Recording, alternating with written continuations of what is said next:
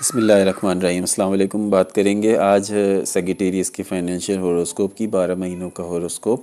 ان 12 مہینوں میں آپ کے فائنینشیل معاملات آپ کے کیسے رہیں گے، مالی حوالے سے کن مہینوں میں آپ نے سرمایہ کاری کرنی ہے، کون سے مہینے میں آپ نے احتیاط کرنی ہے، کون سے مہینہ آپ کو بہت زیادہ فیور کر رہا ہے مالی حوالے سے، اور کون سے مہینے میں آپ کی آمدنی اچھی ہوگی۔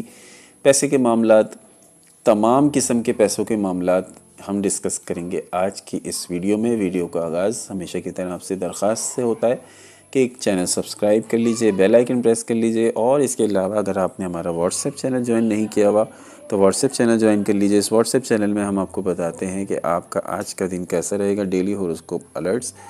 ویڈیو کا آغاز کرتے ہیں جنوری سے لے کر دسمبر تک۔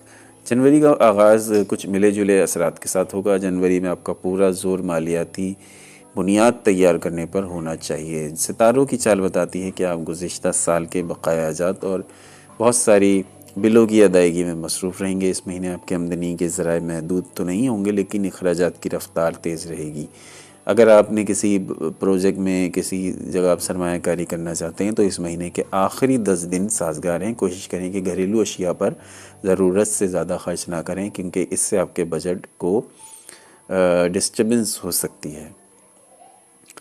فیبروری کی مہینے کی بات کریں تو فیب میں آپ کے لیے نیٹ ورکنگ جو ہوگی، آپ کی جو سماجی سرکل ہے وہ آپ کے مالی فائدوں کا سبب بن سکتا ہے۔ ہو سکتا ہے آپ کے کسی دوست یا کسی کاروباری ساتھی کے ذریعے آپ کو کوئی ایسی تجویز مل جائے جو آپ کے مستقبل میں منافع بخش ثابت ہو۔ تو اس مہینے میں سفر کے امکانات موجود ہیں جو براہ راست آپ کی آمدنی میں اضافے کا سبب بنے گا۔ ہو سکتا ہے آپ ایسی جگہ چلے جائیں جہاں سے آپ کے تعلقات بن جائیں اور وہاں سے پھر آپ کے مالی معاملات سیٹ ہونا شروع ہو جائیں۔ تاہم قانونی کاغذات پر دستخط کرتے وقت انتہائی محتاط رویہ اختیار کیجیے گا۔ فروری کے وسط میں آپ کو کسی پرانے قرض کی واپسی کا دباؤ بھی محسوس ہو سکتا ہے، لہٰذا اپنی بچت کا ایک حصہ اس سے پہلے سے الگ سے کر لیں۔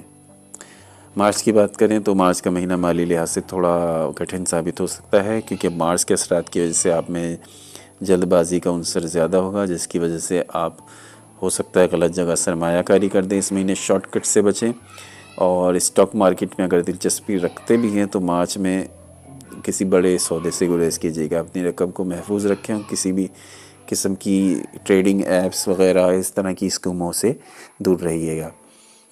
یہ مہینہ آپ کو صرف موجودہ وسائل کو سنبھالنے کا ہے، نہ آپ اپنے وسائل کو بڑھائیں نہ گھٹائیں، صرف موجودہ وسائل کو استعمال میں لائیں۔ اپریل کی بات کریں تو اپریل میں صورتحال تھوڑی بہتر ہونا شروع ہو جائے گی۔ جو لوگ آرٹ سے، تحریر سے یا کسی بھی کریٹیو شعبے سے وابستہ ہیں، ان کے لیے مالی فوائد کا دروازہ اس مہینے کھل سکتا ہے۔ اس مہینے آپ کو اپنے شوق سے پیسہ کمانے کا موقع ملے گا۔ ملازمت پیشہ افراد کو اپنی کارکردگی کی بنیاد پر کوئی اضافی الاؤنس مل سکتا ہے۔ اپریل کے آخر میں آپ اپنی کسی قیمتی چیز کی خریداری، کسی زیور کی خریداری کر سکتے ہیں، جو کہ ایک اچھی بچت ثابت ہوگی۔ جون کے مہینے کی بات کریں تو جون کا مہینہ آپ کی مالی زندگی میں ایک بہت بڑی تبدیلی کا اشارہ دے رہا ہے۔ مشتری کی پوزیشن آپ کے مالی گھر کو متاثر کر رہی ہے، اور یہ تبدیلی نیگیٹو نہیں، پازیٹیو ہوگی۔ شروع میں آپ کو لگے گا کہ یہ کیا ہو رہا ہے میرے ساتھ، لیکن جب حالات آہستہ آہستہ چینج ہوں گے تو پھر آپ کے سمجھ میں آئے گی کہ یہ ٹھیک ہی ہوا، جو ہوا ٹھیک ہوا۔ اگر آپ ملازمت تبدیل کرنا چاہیں اور آپ کو جون کے مہینے میں کوئی ملازمت چینج کرنے کی آفر مل رہی ہے تو آنکھ بند کر کے اس ملازمت کو قبول کر لیجئے گا، کیونکہ وہی آپ کے حق میں بہتر ہے۔ پراپرٹی کی خرید و فروخت سے وابستہ افراد کے لیے یہ مہینہ کافی منافع بخش ہے۔ اس کے علاوہ جولائی کی بات کریں تو جولائی 2026 میں سال کا خوش قسمت مہینہ اگر میں کہوں تو غلط نہیں ہوگا۔ اس مہینے آپ کو وہ رقم مل سکتی ہے جس رقم کی امید تو آپ چھوڑ ہی چکے تھے۔ وراثت کے معاملات چل رہے تھے تو وہ حل ہو جائیں گے۔ قانونی جنگ میں آپ کو مخالفت کا سامنا تھا تو اس میں آپ کی جیت ہو سکتی ہے۔ آپ کی مالی پوزیشن مستحکم ہو جائے گی اس مہینے، اور اس دوران آپ کی آمدنی کے 1 سے زائد یا ہو سکتا ہے 2 سے زائد ذرائع بن جائیں، اور یہ وقت اپنی رقم کو ری انویسٹ کرنے کا ہے۔ اگر آپ کے پاس پیسے ہیں تو آپ اس کو پڑا نہ رہنے دیں۔ پڑے پیسہ تو ڈی ویلیو ہو جاتا ہے، اس کو کہیں نہ کہیں انویسٹ ضرور کریں۔ اگست کے مہینے کی بات کریں تو اگست میں برج قوس کے افراد کے لیے جو بیرون ملک سے کسی نہ کسی طرح وابستہ ہیں، فری لانسنگ کرتے ہیں یا ان کا پیسہ بیرون ملک سے آتا ہے، یا یوٹیوب چینل چلاتے ہیں یا فری لانسنگ کرتے ہیں یا آن لائن کوئی اور دوسرا کام کرتے ہیں جس میں بیرون ملک انوالو ہے، تو وہاں سے آپ کو فائدہ زیادہ ملے گا اگست کے مہینے میں۔ غیر